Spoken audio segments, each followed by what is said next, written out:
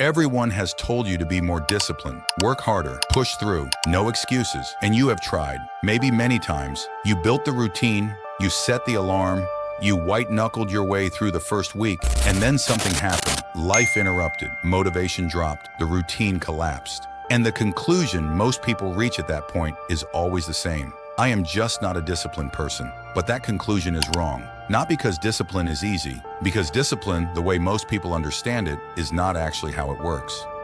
Everything you have been told about discipline is partially true. Consistency matters. Effort matters. Showing up when you do not feel like it matters. But there is a layer underneath all of that. A layer that almost nobody talks about. And without it, everything else eventually falls apart. That layer is identity. Here is what the conventional understanding of discipline looks like. You want a result. You create a behavior to get that result. You force yourself to repeat the behavior through willpower. Eventually, the willpower runs out. The behavior stops. The result does not arrive. And the cycle repeats. This is not a personal failure. This is a structural one. Willpower is a muscle. Muscles fatigue. You cannot build a life on a fatigued muscle. The people who appear deeply disciplined from the outside are not running on willpower. They are running on something much more stable. They are running on identity. The difference is this. Willpower says, I need to do this even though I do not want to.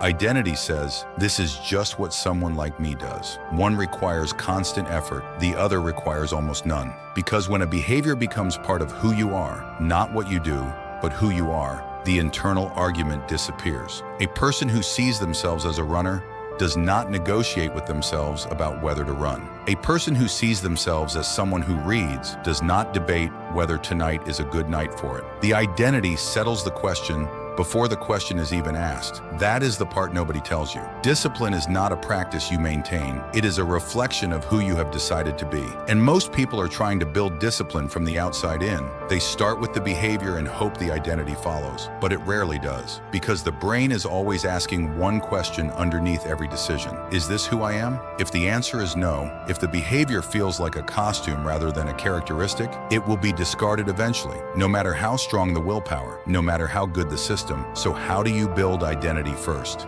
Step 1. Change the language. This sounds small. It is not. There is a significant neurological difference between saying I am trying to exercise more and saying I am someone who moves their body every day.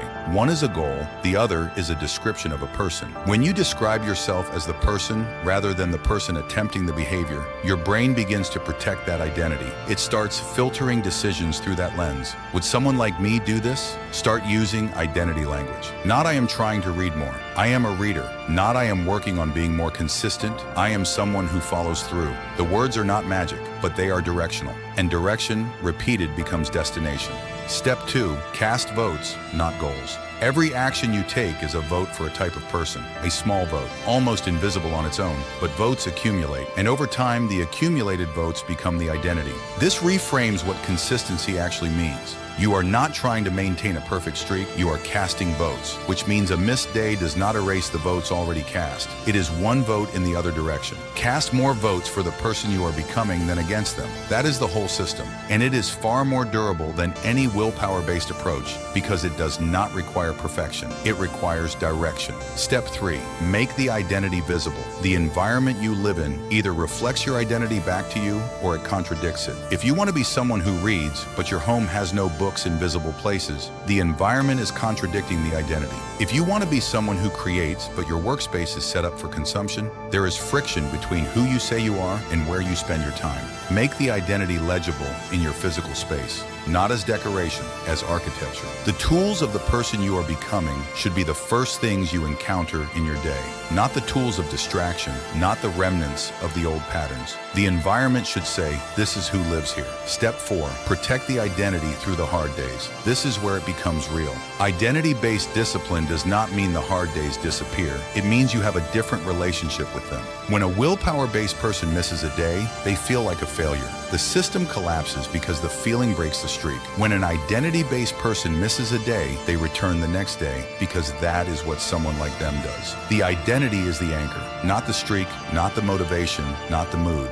The anchor holds even when everything else is shifting, and anchors are what allow you to go further than your feelings would ever take you. Most people are waiting to feel disciplined before they act like it, but the feeling follows the identity, and the identity follows the votes. Start casting them, not when you feel ready, not when the conditions are right, today. With whatever small action is available to you right now, that action is a vote, and every vote matters more than it looks like in the moment. You are not someone who lacks discipline. You are someone who has been using the wrong model of it. Now you have a better one. Use it. And whatever you are building right now, I am rooting for you, even from afar.